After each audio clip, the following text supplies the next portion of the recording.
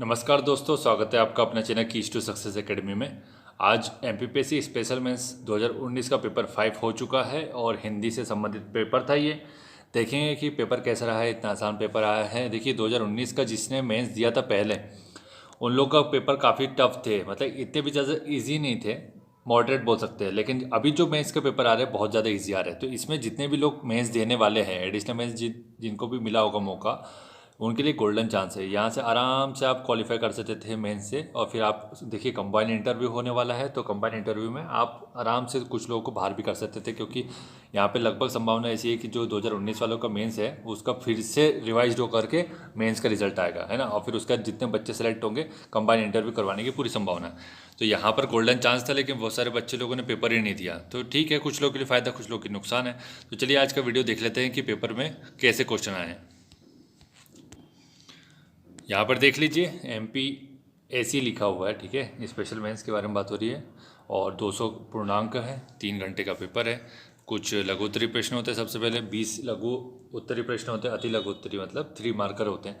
तो इसमें सबसे पहला जो क्वेश्चन है, अब यहाँ पर देखिए क्वेश्चन छोड़ना नहीं चाहिए हिंदी के पेपर में। आपको हिंदी का जो सिलेबस होता है बहुत छोटा होता है, आप उसको भी अगर आप पूरा नहीं पढ़ोगे तो फिर कैसे काम चलेगा। लगभग ऐसा मान के चला जाता है कि भाई 140 से 150 नंबर आराम से ला सकते हो आप। और अगर आपका हिंदी राइटिंग बहुत सुंदर है, बहुत ज़्यादा सुंदर हिंदी लिखते हैं आप, अक्षर आप जो बनाते हैं बहुत सुंदर बनाते हैं, तो आपके लगभग 160 नंबर तक भी आ सकते हैं। हिंदी का पेपर ऐसा है, तो स्कोरिंग सब्जेक्ट है, बहुत आसानी से नंबर आते हैं, ठीक है।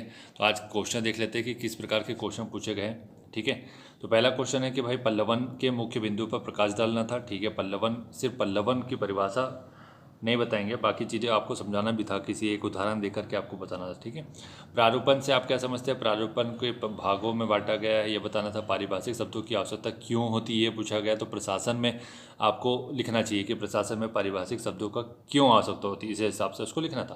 तत्सम तद्भव शब्दों में अंतर बताना था, उनके उदाहरण बताना था। 2-4 उदाहरण बता सकते थे, कोई इशू नहीं। कर्मधारय और बहुब्रीहि समास में अंतर, 100 उदाहरण लिखा हुआ है तो उदाहरण देना ही है फिर। तो संक्षेपण में किन शब्दों या पदबंधों को छोड़ देना चाहिए।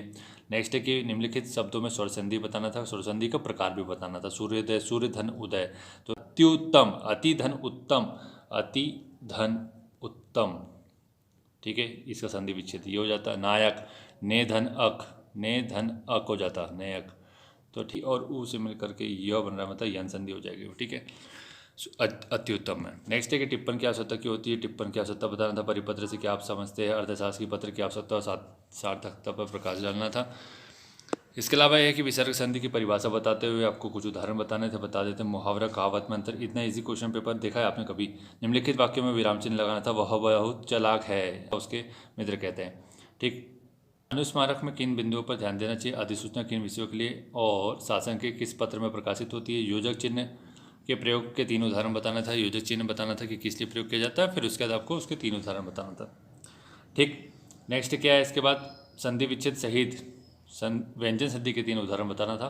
अवयवी भाव समास, प्रशासनिक प्रतिवेदन से क्या समझते हैं, अभी कुछ दिनों पहले ही मैंने ऑलरेडी यहाँ पे डाला था अपने ग्रुप में। तो समानार्थी शब्द क्या है, पर्याय बताना था। पर्याय और समानार्थी शब्द में क्या अंतर है। अब हिंदी से इंग्लिश पूछा गया है, तो ये देखिए फिर से इजी पूछ लिया गया। अब जो 2019 में आया था या उसके पहले जो आता था, पैराग्राफ पूछ लेता था। पैराग्राफ को आपको इंग्लिश में ट्रांसलेट करना पड़ता था, लेकिन अभी बहुत ईजी हो गया।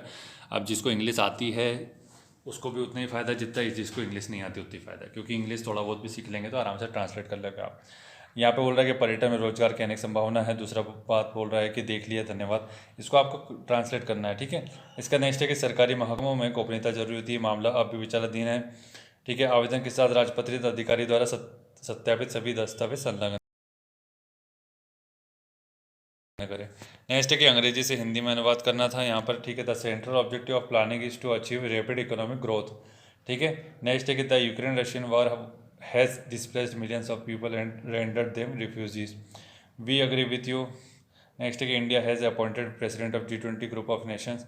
नेक्स्ट है कि एक्सप्लेनेशन में बी कॉल्ड फॉर।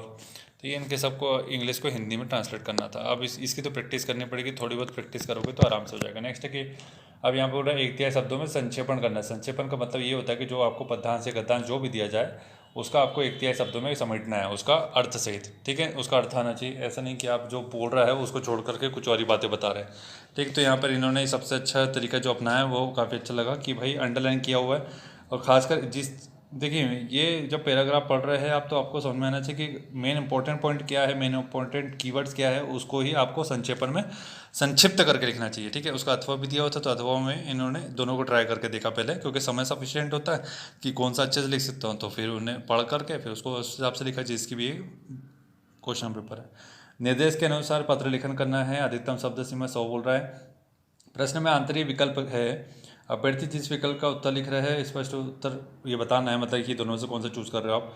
तो ये बोल रहा है कि भाई पत्र लेखन करना है, तो पहला पत्र लेखन ये इसी के ऊपर करना है, फर्स्ट वाले के ऊपर 15 नंबर का क्वेश्चन था, ठीक। और दूसरा वाला भी अलग दिया गया है। तो पहले मैं बोल रहा था कि सचिव उच्च शिक्षा मध्य प्रदेश शासन की ओर से परिपत्र लिखिए। परिपत्र लिखना है, आप क्या है, सचिव है, मतलब इस हिसाब से आपको लिखना है, जिसमें विश्वविद्यालय महाविद्यालय में शैक्षणिक कैलेंडर के अनुसार प्रवेश परीक्षा परीक्षा परिणाम गतिविधि के समयबद्ध आयोजन के निर्देश हो, ठीक।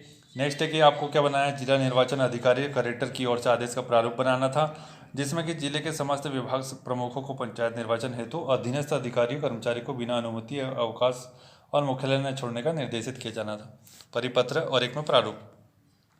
नेक्स्ट है कि कुछ अंग्रेजी हिंदी में पारिभाषिक शब्द लिखे गए, तो उसका अर्थ बताना था आपको। सेक्शन, धारा, endorsement, director general, disbursing officer, कार्यसूची, मानकीकरण, ठीक, प्रयोजन मूलक, निर्वाचन अधिकारी, अग्रेसित, ये सब के आपको मीनिंग लिखने थे। तो काफ़ी इजी हो गया अब हिंदी का पेपर, आराम से आप 150 प्लस स्कोर कर सकते हैं। नेक्स्ट है कि किन्हीं 5 का अर्थ स्पष्ट करना था, जैसे नाग मतलब मुहावरे दिए हुए, मुहावरे कहा दिए, इनका अर्थ बताना था। तो अर्थ स्पष्ट करते वाक्यों में प्रयोग भी बोल रहा है, ठीक है, ऐसा नहीं कि सिर्फ अर्थ बता दो, वाक्यों में प्रयोग भी बताना था। नाग भौं सिकोड़ लेना, अपना समूह लेकर रह जाना, तूती बोलना, अंधे के हाथ बटे लगना, गर्दन उठाना, नक्कार खाने में तूती की आवाज़, आदमी ठोकर खाकर सीखता है, 3 बुलाए 13 है, ठीक है। तो इसमें से प्रत्येक पर 3 अंकों का है, और आपको कितने करने थे, 5 बताने थे आपको, तो ये 10 दिए, 10 में से 5 तो आराम से कोई भी बना लोगे, ठीक है। नेक्स्ट है इसके बाद कि किन्हीं 5 प्रश्नों के उत्तर देना है। क्या बोल रहा है ये, कि बोल रहा है कि मन चला का समास विग्रह बताना था। उसके बाद उच्छ्वास का संधि विच्छेद करना है। उग्र का विलोम शब्द, दीन के 3 पर्यायवाची बताना है। चोंच का तत्सम, असिधि का तद्भव रूप, कृति और कृति में क्या अंतर है, शांति प्रिय में कौन सा समास है, उदाहरण सहित उद्वरण चिन्ह का प्रयोग करें, विभक्ति का लोप मुख्यतः किस समास में होता है, ये पूछा गया है, 2 उदाहरण बताना था।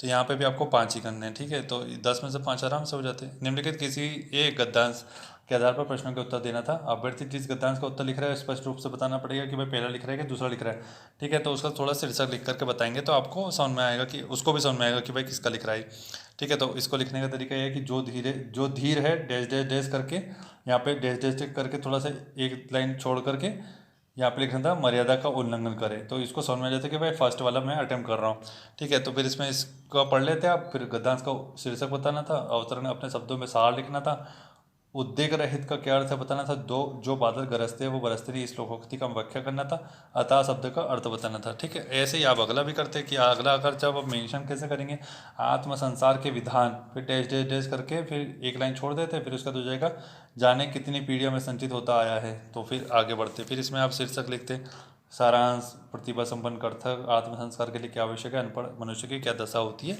इसके बारे में जानकारी देनी थी। और 10th नंबर का क्वेश्चन है कि भाई निम्नलिखित विषयों में से किसी एक पर संक्षिप्त में प्रतिवेदन हमेशा पूछा जाता है, तो प्रतिवेदन को बहुत अच्छे से तैयार कर लो। अभी कुछ दिन पहले अपन ने ग्रुप में डाल दिया था ताकि आप लोग को फायदा हो, ठीक है। अब कल निबंध का पेपर रह गया है, तो प्रतिवेदन देख लो भाई किसके किसके ऊपर पूछा गया था। ये बोला है शासकीय स्नातकोत्तर महाविद्यालय इंदौर के प्रचार की ओर से आज़ादी के अमृत वर्ष के आयोजनों से संबंधित प्रतिवेदन प्रस्तुत करना था, ठीक है। इसका अथवा बोल रहा है कि किसी जिला या सत्र न्यायालय द्वारा आयोजित लोक अदालत का प्रतिवेदन उच्च न्यायालय हाईकोर्ट के जबलपुर के रजिस्ट्रार को भेजिए, तो इस हिसाब से प्रतिवेदन लिखना था 2। तो पेपर यहीं समाप्त होता है, कल है निबंध का पेपर। तो जो लोग कल पेपर देने जा रहे हैं वो लोग अपनी जो क्षमता है, आपके जो चिंतन है, मतलब जिस क्षेत्र में आप सोच लेते हैं, जिस क्षेत्र की आपको थोड़ी बहुत जानकारी है, फैक्चुअल इन्फॉर्मेशन है, योजनाएं पता है, सरकारी कार्यक्रम पता है, मतलब निबंध की तैयारी तो ऐसी ही होती है कि यदि आपके पास उस विषय का संपूर्ण ज्ञान है तो आप उसके ऊपर आराम से ले सकते हैं। तो ऐसे ही सब्जेक्ट चुनिएगा जिससे कि आपको समस्या ना हो, ठीक है, क्योंकि लिखना बहुत सारा होता है, 500 शब्द 1000 शब्द में लिखना है तो मजाक नहीं होगा, ठीक है। तो वीडियो अच्छा लगा तो वीडियो को लाइक और शेयर कर देना, चैनल को सब्सक्राइब कर लेना। Thank you so much for watching.